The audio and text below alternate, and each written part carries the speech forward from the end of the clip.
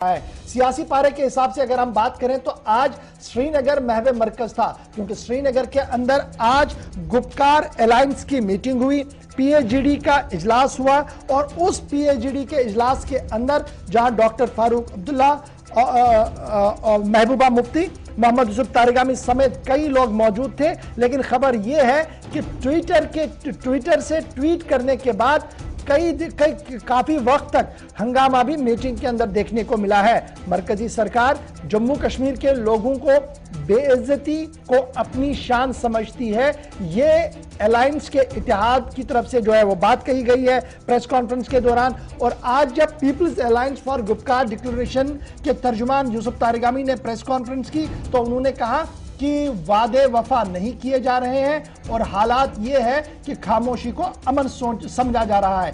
अंदर की कहानी क्या है आपके सामने जरूर रखूंगा, क्योंकि एक ट्विटर की भी बात है। लेकिन उससे पहले आपको फारूक अब्दुल्ला और महबूबा मुफ्ती को सुनाते हैं जिन्होंने वर्कर्स के सामने बात रखी है। उसके बाद एक टेक्निकल बात भी करेंगे, हमारे साथ मेहमान भी ज्वाइन करेंगे, श्रीनगर ब्यूरो भी हमारे साथ ज्वाइन करेंगे। लेकिन महबूबा और फारूक अब्दुल्ला साहब आज अंदर क्या कुछ कह रहे थे, इसको जरा गौर से सुनिएगा। कहूं दोस्त नेपाल मुल्क भूटान दुश्मन, बांग्लादेश आजाद कर रहा हूं दुश्मन, श्रीलंका दुश्मन, बांग्लादेश मनता मैं तो खुदा सिंह पास से अगर हम ये चीज बोलते हैं तो क्या हम झूठ बोल रहे हैं, क्या हम गलत बोल रहे हैं? ये चाहते हैं कि हम लोग बंद करके इनको सजदा करें। सजदा हमने सिर्फ अल्लाह के सामने करना और किसी और जरूर। वही मालिक है, वही था, वही है और वही रहेगा। डरना नहीं, जो डर गया वो मर गया। इसलिए हिम्मत रखना, अगले इम्तिहान के लिए तैयारी करो, घर घर में जाओ, उनको सुनाओ कि क्या हमारी मुसीबतें हैं, क्या हमारी मुश्किलात हैं, और इसका मुश्किलात का हमने सामना करना है तो इकट्ठे करना है, अकेले नहीं कर सकते। ये बात याद रखिएगा। इसका अचकवाना है यूसा ऐसे हक कोर्स पार्लिमानी हक छो ऐसे कॉन्स्टिट्यूशनल हक छो सो छूनू तो ऐसे निश यत बुनियादस पर इलाक गोमुत छो सो न्यू तो ऐसे पे असी दिवान तुई कि हम हसा मुल्क दुश्मन। क्या हिंदुस्तान को आयन ना इजाजत दिवान बोलने सैनिस आयनस हिंदुस्तान के आयनस यानी कहान पे वन क्या हजरत लेफ्टिनेंट गवर्नर साहब अगर हम बंदूक चलाओ चलाओ डंड वजीर आजम वन दिल जन तो डंडो सवा तुझ दिल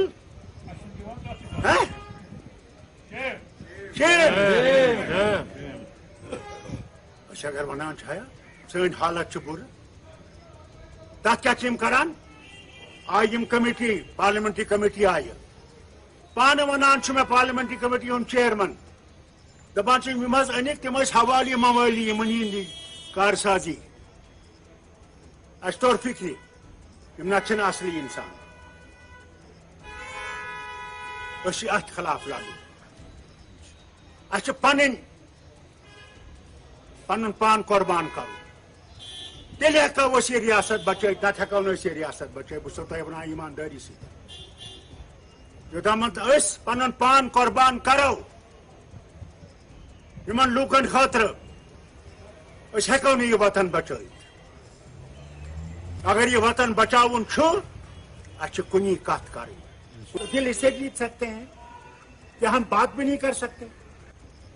अगर हमने कोई मुल्क के खिलाफ तो हम कोई बात नहीं कर रहे हैं। पेट्रोल के दाम कहां पहुंचे, गैस के दाम कहां पहुंचे, आज गरीब का हाल देखिए क्या है। मेरे पास लिस्ट आई दाल के क्या दाम है, तब क्या थे आज क्या है। बेकानान क्या सन कुन काबिल तम हेन कहीं कर तम थमित गोर लगे। कि सोन एक तरफ one prime minister Jammu Kashmir के लुकन हंद दिल जान दोम तरफ तम सुंद ब्या लेफ्टिनेंट वन हे अगर पाकिस्तान बंदूक चलाए गोली चलाए इसके चलान डंड अगर तुम पाकिस्तान गंडन क्या कर तुम पाकिस्तान की नजर वुचान तम दपान तम चलावन गोली चलावन डंड ये क्या पॉलिसी मे तरान फिक्र ये क्या पॉलिसी कर्म यमो अडॉप्ट तम सात वनकस ये सात अके रात बुझ मे आज गई 2-4 दह जर्नलिस्ट सह वोलुक जहाज मज बन तमिस नबर गन जहाज वोलुक बन दोन थोम JICS मज खबर कतन जर्नलिस्ट तिहद पासपोर्ट बंद कर कहें तमो बंदूक तुल न कहीं तुल क्या सा इन कत ख्याल बयान। चलिए जी, ये तो बात थी जनाब क्या कुछ अंदर की कहानी और क्या कुछ कहा गया और उसके बाद इत्तेहाद की प्रेस कॉन्फ्रेंस भी हुई। लेकिन मैं जरा चलता हूं सीधे, हमारे साथ हिलाल हांजुरी ज्वाइन कर चुके हैं और मेरे साथ डॉक्टर हरबख्श सिंह साहब ने ज्वाइन किया है, डॉक्टर ताहिर चौधरी साहब ने भी ज्वाइन किया। बहुत बहुत शुक्रिया जी आप तीनों का ज्वाइन करने के लिए। सबसे पहले हिलाल, आपके पास पॉलिटिकल बात तो होती रहेगी, लेकिन खबर यह है कि एक ट्वीट ने भी हंगामा पैदा कर दिया और जो तैयारियां होनी चाहिए थी मीटिंग को लेकर वो थी नहीं। अब ये चिमेगोइयां बाहर आ रही हैं, ये बातें बाहर आ रही हैं। ट्वीट को भी दिखाइए और वो खत भी दिखाइए जिसमें people's alliance for Gupkar declaration ने डिप्टी कमिश्नर को लिखा था कि हम फंक्शन करने जा रहे हैं। डिप्टी कमिश्नर का वापस जवाब आया। उसके बाद नेशनल कॉन्फ्रेंस के तर्जुमान का एक ट्वीट आया, बाद में इसे डिलीट कर दिया गया है ट्वीट को। लेकिन ट्वीट में क्या कुछ लिखा गया है वो साफ लिखा गया कि शायद मीटिंग नहीं होगी, लेकिन जब पीपल्स डेमोक्रेटिक पार्टी के अरकान वहां पहुंचे उसके बाद हलचल हुई है, इस तरीके की खबर है। लेकिन क्या कुछ है पूरी खबर, हिलाल जरा अपडेट कीजिएगा हमारे व्यूअर्स को। जी बिल्कुल, आज जो ही ये मीटिंग हुई है इसके तालमेल में कहीं ना कहीं कंफ्यूजन, यानी जब मीटिंग शुरू हुई उसके पहले ही कंफ्यूजन क्रिएट हुआ और ये कंफ्यूजन ठीक उस वक्त क्रिएट हुआ जब नेशनल कॉन्फ्रेंस के तर्जुमान की जानब से उनके जाती अकाउंट से एक ट्वीट चला है जिसमें उन्होंने कुछ हवालात तहसीलदार, जो कंसर्न तहसीलदार है उसको ऑर्डर अटैच करके और उसके साथ साथ जो PIGD की जानब से एक रिक्वेस्ट गई थी या एक इंफॉर्मेशन के लिए जो डिपार्टमेंट्स को भेजी गई थी कि हाँ यहाँ पर एक मीटिंग होने जा रही है, तो उस हवाले से वो दोनों चिट्ठियां उनने अटैच की थी और उसके बलबूते पर उन्होंने कहा कि शायद ये जो मीटिंग है ये यहां पर नहीं हो पाएगी। उसके बाद कंफ्यूजन क्रिएट हुआ और एक कंफ्यूजन बहुत जगह पर फिर देखने को मिला। एक कि जब PDP हेडक्वार्टर पर इसी ट्वीट को पढ़ा गया तो PDP लीडरान के अंदर एक मायूसी छा गई कि आखिर क्या वजह है कि ये मीटिंग जो है नहीं हो पाएगी। और दूसरी बात, फिर महबूबा मुफ्ती ने इस हवाले से एक पेशरफ की है और उन्होंने अपने काडर से कहा कि हम चलते हैं, हम जाते हैं, डॉक्टर फारूक अब्दुल्ला के रिहाइशगाह पर जाते हैं, अगर वहां पे रोका गया तो फिर हम वापस आएंगे। लेकिन कोशिश की गई। लेकिन बात यहां पर यह है कि मेजबान नेशनल कॉन्फ्रेंस थी और वहां पर जब PDP के 40 से 50 जो लीडरान वहां पहुंच गए तो वहां पर कोई सिटिंग अरेंजमेंट नहीं था। और गौर साहब ये भी बात है कि माइक तक नहीं लगाई गई थी, जो चेयर्स हैं, जो कुर्सियां वहां पे लगानी थी वो तक नहीं आई थी। और PDP के वर्करान जो मेहमान थे एक अंदाजे से और जो मेजबान थे, मेजबान में सिर्फ डॉक्टर फारूक अब्दुल्ला वहां पर मौजूद थे और नेशनल कॉन्फ्रेंस का कोई भी वर्कर तब तक नहीं आया था। यहां तक कि जो स्टिंग अरेंजमेंट है उसको करने में फिर PDP वर्करान की जो है उनकी मदद ली गई है डॉक्टर फारूक अब्दुल्ला की जानिब से। तो इस तरह से फिर जो PIGD के मेंबरान वहां पर है उनके अंदर कहीं ना कहीं ये बातें उठने लगी कि आखिर क्या कुछ हो रहा है। तो फिर डॉक्टर फारूक अब्दुल्ला के तय या उनकी मेजबानी के तय नाराजगी का भी इजहार किया गया और इस नाराजगी का गुस्सा डॉक्टर फारूक अब्दुल्ला ने फिर पार्टी के तर्जुमान इमरान नबी डार पर सबसे पहले उतारा और उनसे कहा कि आपने किसके कहने पर और किसकी इजाजत से आपने ट्वीट की है, नंबर 1। और उसके बाद मेंबर पार्लियामेंट जो है मोहम्मद अकबर लोन वो भी इस मीटिंग में शामिल हुए, लेकिन लेट आए। जब लेट आए तो डॉक्टर फारूक अब्दुल्ला ने स्टेज से ही उन्हें इशारा किया कि आप पीछे बैठे, आप लेट क्यों आए।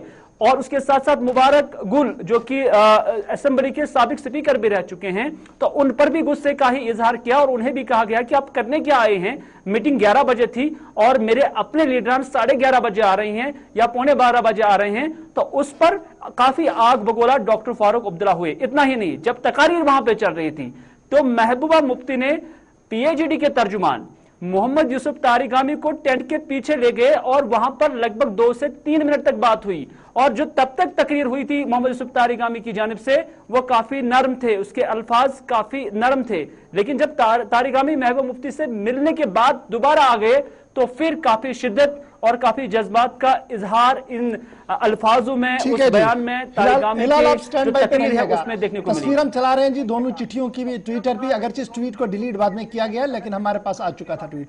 डॉक्टर साहब बहुत शुक्रिया जी, ताहिर चौधरी साहब हमारे साथ ज्वाइन करने के लिए। डॉक्टर हरबख्श सिंह साहब बड़े जनाब माहिर है, दोनों अपनी अपनी पार्टी को डिफेंड भी करते हैं। लेकिन डॉक्टर साहब आपके पास आऊंगा। सिंह साहब ये बताइएगा, हरबख्श सिंह साहब, all is well in PHDP या कुछ डिफरेंसेस अब बढ़ रही है हर दिन? नहीं, ऐसा कुछ नहीं है जो मीडिया की तरफ से या लोगों की तरफ से अब क्रिएट किया जा रहा है, ऐसा कुछ नहीं है। कंफ्यूजन सुबह हुआ था, कुछ वो उनका अंदरूनी था कि हमारी तरफ से फर्म था, क्योंकि जो मीटिंग थी वो तारिगामी साहब ने बुलाई थी, वो नेशनल कॉन्फ्रेंस ने नहीं बुलाई थी। और अगर मीटिंग कोई कैंसिल होती, कुछ होती, तो पीजीडीए के तर्जुमान जो है वो तारिगामी साहब है, उनकी तरफ से आता। तो ऐसा कुछ नहीं था। अगर ऐसा कुछ होता तो हमारे वर्कर बिल्कुल नहीं पहुंचे होते। तो मैडम ने भी ट्वीट किया था, और जो हमारे वर्करों को पूरा अपना टाइम दिया गया था 11 बजे का पहुंचने का, 10:30 बजे मैडम के रिहाइशगाह पे पहुंचने का, और हम 11 बजे पूरा इन टाइम सारे हमारे वर्कर पहुंच चुके थे। और कंफ्यूजन की कोई बात नहीं है। तारिगामी साहब ने आज भी जो रेजोल्यूशन है वो रेजोल्यूशन पर तो मैं आऊंगा, लेकिन तैयारियां नहीं थी वहां पे, ये खबर तो बड़ी टॉप है और वीडियो वायरल हो रहे हैं। आप ही के वर्कर्स तो वीडियो वायरल कर रहे हैं अब अंदर से कि अंदर क्या क्या हुआ है। देखो अशफाक साहब, ये कोई हमें कोई वो दावतनामा नहीं था कि हमने खाने पे जाना है, कुछ है। ये एक यूनिटी की मीटिंग थी, साइन अप यूनिटी था कि ये कोई कह देगा तैयारियां नहीं थी, ये नहीं था, ऐसा कुछ भी नहीं है। और आज कोविड के देखते, जो कि जैसे कि गवर्नमेंट की तरफ से या कुछ एजेंसियों या कुछ लोगों की तरफ से बड़ी कोशिश की गई थी कि आज की मीटिंग ना होने दी जाए। और सिर्फ न कि आप ट्वीट का तज़किरा कर रहे हैं वो मैंने नहीं देखा, लेकिन तरह तरह से 1000 हेडक्वार्टर से फोन आए, 1000 जगह से फोन आए, ये मीटिंग कैंसिल होगी। किसने की पता नहीं है। फाइनली मुझे भी किसी ने फोन किया, मैंने कहा आपको तारिगामी साहब से बात हुई? कहते हैं नहीं। मैंने कहा फारूक साहब से बात हुई? कहते हैं नहीं। मैंने कहा महबूबा जी से बात हुई? कहते हैं नहीं। तो मैंने कहा फिर आप कौन होते हो बताने वाले? मीटिंग हुई, मीटिंग हमारी हुई, कामयाब हुई, अच्छी मीटिंग। ये साइन अप यूनिटी था। आज अपील भी की गई वहां से कि कुछ जमातें जो बाहर है, जिनको अभी समझ नहीं आ रहा है कि हमारा एक बड़ा मकसद है। इवन कि महबूबा जी ने एक बात वहां क्लियर भी की कि इलेक्शन की लिए कोई कोलिशन नहीं है। हो सकता है जब इलेक्शन हो हम एक दूसरे के खिलाफ दोबारा लड़े, बट ये एक जो यूनिटी की बात है, जो हमने एक बेड़ा उठाया है। और आज जो आपने देखा होगा हमारी तरफ से, पीडीपी की तरफ से, कोई भी कदावर नेता, 2 वाइस प्रेसिडेंट को छोड़ के, डिस्ट्रिक्ट प्रेसिडेंट, जोन प्रेसिडेंट और वही लेवल के लोग थे जिनको हमारी पार्टी ने दावत दी थी और वो पहुंचे थे। तो आप समझ सकते हैं कि ये एक मैसेज एक तरफा मोहब्बत है पीएचडी की। मैं आऊंगा डॉक्टर साहब, जरा आप पॉलिटिकल बात भी शुरू करें। ये तो एक बड़ी इंपॉर्टेंट बात थी, क्योंकि अंदर से जो खबरें बाहर थी उस पर एक क्लियरेंस बहुत ज्यादा जरूरी था, चाहे आप माने इस बात को न माने, क्योंकि वीडियोस मीटिंग से ही बाहर आ रहे हैं। और थोड़ी देर में मैं कुछ और वीडियोस भी चलाऊंगा तो आप खुद मानेंगे फिर कि बड़ी चीजें वहां चली। मैं डॉक्टर ताहिर साहब आपके पास आ रहा हूँ। आज एक बार फिर रेजोल्यूशन पास किया गया और रेजोल्यूशन में यह कहा गया कि जनाब हम 5 अगस्त 2019 की पोजीशन को रेस्टोर करना चाहते हैं, और उसके बाद जो फैसले लिए गए हैं इसको नहीं मानते हैं जी, हम पॉलिटिकली स्टैंड है। क्या वाकई तौर पर पीएचडी स्टैंड है अपनी बातों पर? देखिए वहां साहब, ये वही लीडर्स हैं श्रीनगर के रीजनल पार्टीज के जो जिन्होंने आज मीटिंग कॉल की थी। फिर जो भी वहां पे होता रहा वो आप खुद जानते हैं, वो चीजें सामने आ रही हैं आहिस्ता। इन लोगों के इस टाइम पे श्रीनगर में वो हालात हैं कि इस तरह की मीटिंग्स करनी और इस तरह के बयान देने की किसी ढंग से जमीनी सतह के ऊपर अपनी पकड़ बनाई जाए। लेकिन जो अंदरूनी हालात हैं इनके बहुत कमजोर हो चुके हैं, ये लोग टूट चुके हुए हैं, इनके अपने आपस में इनके बीच में बहुत डिफरेंसेस हो चुके हुए हैं, वो चीजें आहिस्ता सामने आएंगी। और इन लोगों के कश्मीर वैली के अंदर बयान अलग होते हैं, दिल्ली पहुंचते पहुंचते इनके बयान अलग हो जाते हैं। बहुत सारी चीजें हैं और बहुत सारी चीजें ये पास्ट में भी करते रहे हैं कश्मीर अवाम के लिए और अपने पॉलिटिकल सियासत को चलाने के लिए। तो ये डबल स्टैंडर्ड है इन लोगों की, वो आहिस्ता ये पूरे कश्मीर के अवाम के सामने इन लोग ओपन हो चुके हुए हैं। कश्मीर का अवाम आज की डेट में डॉक्टर फारूक अब्दुल्ला साहब को भी जानता है, पीडीपी की सदर को भी जानता है और बाकी लीडर्स को भी जानता है। आज की डेट में कश्मीर की आवाम को इस चीज का एहसास हो चुका हुआ है कि सही रास्ता कौन सा है और गलत रास्ता कौन सा है, और आवाम इस चीज का फैसला करेगा। ये लोग मीटिंग्स कॉल करते रहेंगे, आवाम को गुमराह करने की कोशिश करते रहेंगे, लेकिन जब राइट टाइम आएगा उसका जवाब इनको श्रीनगर का आवाम देगा। ठीक है जी। डॉक्टर बख्शी साहब, बड़ा इंपॉर्टेंट है जो आज तारगामी साहब बड़ा फोकस कर रहे थे इस बात कर कि मरकजी सरकार जम्मू कश्मीर के लोगों को बेइज्जत करती है और उसी में अपनी इज्जत समझती है। ये एक फिक्रा बड़ा खतरनाक भी है और बड़ा वसी भी है। क्या माने लें हम इसको पॉलिटिकली? देखो, मैं तो अपनी पार्टी का स्टैंड क्लियर कर सकता हूं। जो पीजीडीए के तर्जुमान हैं वो इसका जवाब दे सकते हैं, लेकिन जो अभी ताहिर चौधरी जी ने कहा कि जम्मू कश्मीर का अवाम जवाब देगा, हमने तो आज तो हमारे रेजोल्यूशन में ये भी था कि पूरे हिंदुस्तान का, पूरे मुल्क का अवाम के वो जवाब देंगे आज सारी दुनिया, और जो हमारे पूरे हिंदुस्तान का अवाम है वो आने वाले वक्त में जवाब देगा जो भी फैसले हुए हैं कश्मीर को लेके। तो अवाम ही होता है, अवाम ने ही फैसला करना है और अवाम फैसला कर रहा है। जम्मू में भी हालत देखी जा रही है, पुंछ राजौरी में भी, डोडा किश्तवाड़ में भी हमारी मीटिंगें हो रही हैं, वाइब्रेंट तरीके से हो रही हैं। हर जगह यूथ इंटरेक्शन हो रही है। हमारा ग्राउंड पे क्या है वो हमें किसी से सर्टिफिकेट लेने की जरूरत नहीं है, वो हमने हमारा अवाम हमें करेगा, क्योंकि हमने ना डब्बे बदलने हैं तो ना वोट खरीदने हैं और ना वर्करों को पैसे देने और ना रक्षकों को तनख्वाह रखनी है। हमारा जो है एक हमारा अपना अवाम जो है उनको समझ आ रही है, जम्मू के अवाम को भी समझ आ रही है। आज स्टेज ये तो ठीक है, लेकिन ये कहना कि गवर्नमेंट ऑफ इंडिया जी जम्मू कश्मीर के लोगों को बेइज्जत करने में अपनी इज्जत समझती है, ये बहुत बड़ी बात है जी पॉलिटिकली, अगर इसको माना जाए और ग्राउंड पर देखा जाए। अशफाक साहब, मैंने कहा कि तारिगामी साहब इसका देंगे जवाब, लेकिन बात आप देखिए ना, इज्जत आप तो पार्ट एंड पार्सल है जी उस रेजोल्यूशन का जो पास हुआ है। तारिगामी साहब कैसे जवाब देंगे जी? रेजोल्यूशन मूव आपकी तरफ से किया गया, पीडीपी ने मूव करवाया रेजोल्यूशन, और रेजोल्यूशन में पास करवाने में पीडीपी के लोगों का हाथ है। आप कह रहे हैं तारिगामी साहब जवाब देंगे? अशफाक साहब, आप गुलिस्तान को रिप्रेजेंट करते हैं, आप जी न्यूज को नहीं रिप्रेजेंट करते। मैं आप तो फिर तो हम यही बता रहे हैं कि ये यूनिटी नहीं है। फिर तो डॉक्टर साहब ठीक बता रहे हैं कि ये यूनिटी है नहीं। देखो मेरी बात सुनिए, आपको जो बेइज्जती आपको भी पता है कि कहां किस लेवल पे एक एक सिस्टम क्रिएट किया गया, एक पॉलिटिकल स्पेस को चौक किया गया है। आज आप मुलाजमों की बात देखिए, आज आप सेक्रेटरी के मुलाजमों की बात देखिए, आज आप देखिए ना चीजें जो हो रही हैं कि बंदे को कहा जा रहा है बसंत कि आपको कहाँ रहना है जी, जम्मू रहना है, लद्दाख रहना है कि कश्मीर रहना है। तो इतना चोक किया हुआ है सिस्टम को, बेइज्जती तो हो रही है। आप रास्ते में बाहर नहीं निकलने दे रहे। आज बीजेपी श्रीनगर में मीटिंग कर रही है, उसको इजाजत है, लेकिन कल अगर मैंने त्राल में मीटिंग करनी है तो मुझे इजाजत नहीं है। हमने पिछली बार यूथ की मीटिंग। ठीक है डॉक्टर, मैं आऊंगा, आता हूं बस दोबारा आपके पास। डॉक्टर जैसे बड़ा इंपॉर्टेंट आज जो कहा गया कि वजीर आजम साहब दिल जीतने की बातें कर रहे हैं और लेफ्टिनेंट गवर्नर साहब डंडा चलाने की बात कर रहे हैं। क्या हम पाकिस्तानी हैं, हमें पाकिस्तानी मानकर यह स्टेटमेंट दिया जा रहा है? क्या वाकई तौर पर यह पॉलिटिकली स्टेटमेंट जो आज महबूबा जी ने इसको इलॉबरेट करके कहा है, कैसे आप रिस्पॉन्ड करेंगे इस चीज को? देखिए गौहर साहब, जब प्रधानमंत्री साहब के ऊपर उंगली उठाते हैं ये लोग, प्रधानमंत्री साहब पूरे देश के प्रधानमंत्री हैं, जितने हमारे हैं उतने इनके भी हैं। प्रधानमंत्री साहब ने बहुत इज्जत मान सम्मान के साथ इन लोगों को दिल्ली में बुलाया और प्रधानमंत्री साहब ने बार बार लाल किला से भी कहा, हर बार कहा कि कश्मीर के अंदर दिल की और दिल्ली की दूरियां कम की जाएंगी। वो उस बात पे स्टैंड भी करते हैं। सरकार की तरफ से हमेशा कश्मीर की तरफ झुकाव रहा है भी, आज भी झुकाव है। सरकार हर हालात में कश्मीर के लोगों के साथ है।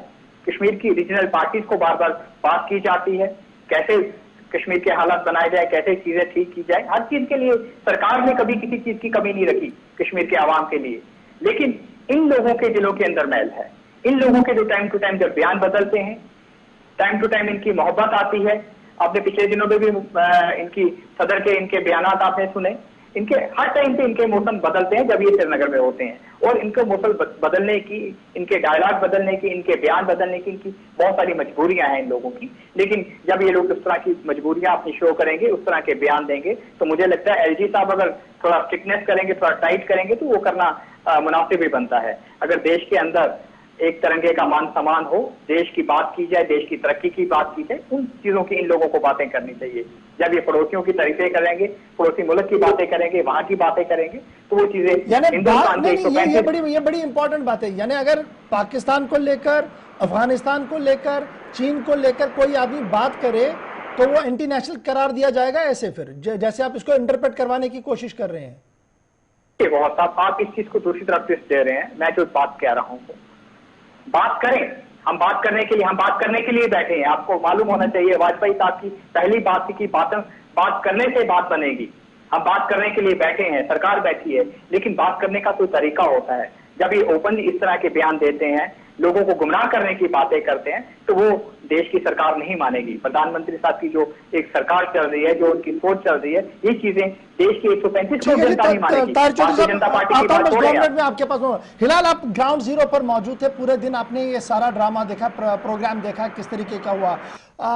जो सियासी पंडित है कश्मीर के अंदर, जिनको पूरी नजर है सियासत पर, आज का आउटकम कैसे वो देख रहे हैं? क्या रीच आउट करने में पीएचडीपी आज कामयाब हुआ? देखिए गवर साहब, जो ही मीटिंग शुरू हुई तो या मीटिंग से पहले ही जो मुख्तलिफ सियासी मुबसरीन है वो इस अलायंस को या इस प्लेटफॉर्म को ज्यादा मजबूत भी इस वजह से तस्वुर नहीं करते हैं क्योंकि इसमें जो शामिल पार्टियां हैं उनकी अलग अलग इंटरेस्ट है। यानी हर किसी पार्टी का अपना अपना एजेंडा है, अपना अपना इंटरेस्ट है, लेकिन एक चीज को लेकर वो यूनाइट हुए हैं, that is restoration of article 370 and 35A।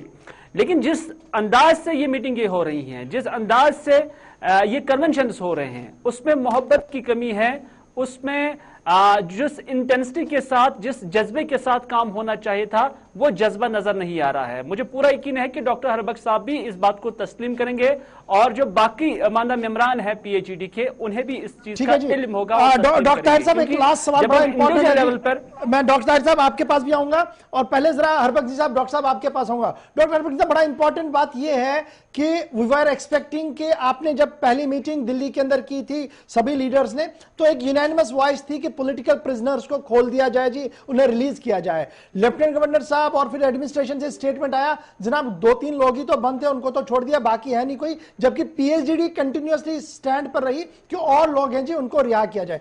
आज जब आपने रेजोल्यूशन लाया तो we were expecting a list will be from your side, जिसमें लिखा होगा कि ये आदमी है जी, ये पॉलिटिकल प्रिजनर्स है, इनको छोड़ दिया जाए। गवर्नमेंट ऑफ इंडिया को नहीं मालूम है ये प्रिजनर्स है, उस पर खामोशी है। क्या मैं ये मानूं कि जो वहां दिल्ली में मांगा गया था वो कंप्लीट हो गया?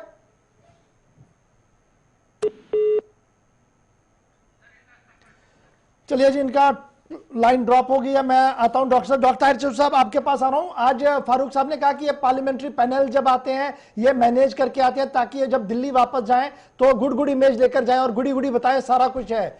ये फारूक अब्दुल्ला साहब खुद एमपी रहे हैं, खुद चीफ मिनिस्टर रहे हैं, ये तो बड़ा इल्जाम है। फिर देखिए गौहर साहब, डॉक्टर फारूक अब्दुल्ला साहब की तरफ से इस तरह का बयान आना कि जब पार्लियामेंट कमीशन की टीम्स आती हैं तो वो जाके सब कुछ बेहतर बताती हैं, ऐसा कुछ नहीं होता है। ग्राउंड की जो हकीकत है कश्मीर की, वो हर चीज बताई जाती है। इस टाइम पे डॉक्टर फारूक अब्दुल्ला साहब सब कुछ जानते हैं और वो भी सियासत के बहुत बड़े खिलाड़ी हैं। उनको मालूम है कि मौसम के हिसाब से किस तरह के बयान देने हैं। इस वक्त इस तरह के बयान उनकी तरफ से आना, बड़े अजीब से बयान उनकी तरफ से आ रहे हैं, जबकि फारूक अब्दुल्ला साहब सब कुछ जानते हैं। जब भी देश की तरफ से, सेंट्रल गवर्नमेंट की तरफ से ऐसी टीमें आती हैं जम्मू कश्मीर में और वैली को पूरा कवर किया जाता है, वैली के पूरे हालात, वैली की टूरिज्म को देखा जाता है, रोजगार को देखा जाता है, लोग किस हालात से गुजर रहे हैं उन चीजों को देखा जाता है, यूथ के बारे में सोचा जाता है। ये सारी चीजें रिपोर्ट बन के दिल्ली में जाती हैं और दिल्ली से उनके ऊपर बात की जाती है, काम किया जाता है कि कैसे इन चीजों को सॉर्ट आउट किया जाए। आपका मानना है कि ये पॉलिटिक्स थी जो आज फारूक साहब कहते हैं। डॉक्टर साहब आपके पास हरबख्श जी बड़ा इंपॉर्टेंट है जी, वो राब्ता कट गया था आपसे, गालिबन आप मेरी आवाज को सुन रहे होंगे। हम तो एक्सपेक्ट ये कर रहे थे कि आज पीएचडी का जब ये कन्वेंशन है जिसमें सभी पार्टियों के second rank, third rank leaders होंगे, तो लिस्ट भी सामने रखी जाएगी पॉलिटिकल प्रिजनर्स की, जिनको लेकर दिल्ली से आवाज थी कि रिलीज किया जाए। और फिर दूसरे दिन ये आवाज आई कि सबको रिलीज कर दिया, 2-3 लोग ही बंद है, वो तो जनाब यूएपीए के बंद है, उनके खिलाफ कुछ भी नहीं हो सकता है। तो इस पर खामोशी है या आप मुतमईन है जितने लोग अंदर थे वो सारे बाहर आ गए? नहीं, मुतमईन नहीं है। ये आज रेजोल्यूशन आया इस पे ये कोई फाइनल वर्डिक्ट नहीं है। अगर हमने पॉलिटिकल प्रिजनर्स की बात की तो पॉलिटिकल प्रिजनर्स की लिस्ट भी होती है और political prisoners government of India को भी पता है और हमें भी पता है। तो आपने अवाम के सामने क्यों नहीं रखा कि इन लोगों की रिहाई चाहते हैं? हम तो एक्सपेक्ट कर रहे थे कि आज आएगा अवाम के, देखो अवाम के सामने जो आज शुरुआत हुई ना, आज जो लीडरशिप ने एक शुरुआत की ना कन्वेंशन की, ये और भी प्रोग्राम होते रहेंगे और इसके बाद जो इनका लाएअमल होगा, मैंने कहा वो तारिक आमिर साहब आपको बताएंगे। लेकिन जो अभी डेवलपमेंट की बात बीच में आपके ताहिर साहब बोल रहे थे, तो मैं उसमें थोड़ा सा बात करूं कि पार्लियामेंट्री कमेटी आई थी, मैं इलेक्टेड मेंबर हूं। ये 10 इलेक्टेड मेंबर्स का डिफरेंट पार्टियों का नाम ले जिनको बुलाया गया और जिनसे बात की गई। किनसे बात करते हैं, किनसे रिपोर्ट मांगते हैं, मुझे नहीं पता। ये देशद्रोह और देशभक्ति की बात करते हैं। एक इनका सरपंच पिस्टल लेके पकड़ा गया कुछ दिन पहले, दूसरे एक लीडर ने खुद पे फायरिंग करवाई पीएसओ से। तो ये कितने देशभक्त हैं और कितनी देशभक्ति इनकी कश्मीर में चल रही है वो सबको पता है। जिस दिन बंदा कोई फंसता है उस दिन कहते हैं जी हमारा है ही नहीं, हमने तो निकाल दिया है। तो मेहरबानी करके हमें देशभक्ति का ये नहीं दे। जो भी बंच ऑफ क्रिमिनल्स हैं वो इनके साथ यहाँ पे जुड़ के बातें कर रहे हैं, वो नहीं होगा। और जो ये पार्लियामेंट्री कमेटियां आ रही है, ये पब्लिकली बताएं कौन पब्लिक रिप्रेजेंटेटिव वहां से। मैं भी एक पार्टी को रिप्रेजेंट करता हूँ और मैं हमने एक ऑर्गेनाइजेशन बनाई है डीडीसी मेंबर्स की, तो मैं उसका भी स्पोक्स पर्सन हूँ। मुझे 10 नाम गिन के बताए जिनको पार्लियामेंट्री कमेटी ने बुलाया। और डेवलपमेंट की बात, हमसे ज्यादा डेवलपमेंट कौन जानता है? ये घर में बैठ के 10 इनके ब्लॉक प्रेसिडेंट और 10 लोग आके कमेटियों को मिलेंगे और वो रिपोर्ट सबमिट करेंगे और धोखा देंगे पूरी कंट्री को। तो ये पूरी कंट्री को धोखा दे रहे हैं। आने वाला वक्त जो जैसे ये कहते हैं अवाम फैसला करेगा, आने वाले वक्त में बंगाल के इलेक्शन में फैसला हो गया। चलिए बंगाल के इलेक्शन को जरा छोड़ दीजिए, क्या जम्मू कश्मीर के इलेक्शन के लिए कमर कस ली सभी जमातों ने? देखो अशफाक साहब, आपको ये पता है कि ये डरते हैं इलेक्शन करने से। इनको पता है, इन्होंने डीडीसी में भी चेक कर दिया, इन्होंने सारा कुछ चेक कर दिया। इनको पता है, जैसे कि आज कहते हैं इन्होंने अभी पंडितों से अप्रूवल नहीं लिया है, इनको वो जंत्रियां देखनी होती हैं कब हमारे बॉक्सों में वोट आएंगे। तो ये जिस दिन इनको लगेगा इनके बॉक्सों में वोट आएंगे, बहुत शुक्रिया जी आप तीनों का मेरे साथ ज्वाइन करने के लिए। बहुत बड़ी इंपॉर्टेंट थी क्योंकि आज सीए people's alliance for Gupkar declaration का इजलास था। इजलास के अंदर कुछ बातें हुई थी और अंदर की बात हमने आपको बता दी कि कंफ्यूजन क्यों था और क्या सब गुड़गुड़ है या गुड़गुड़ करने की कोशिश की जा रही थी।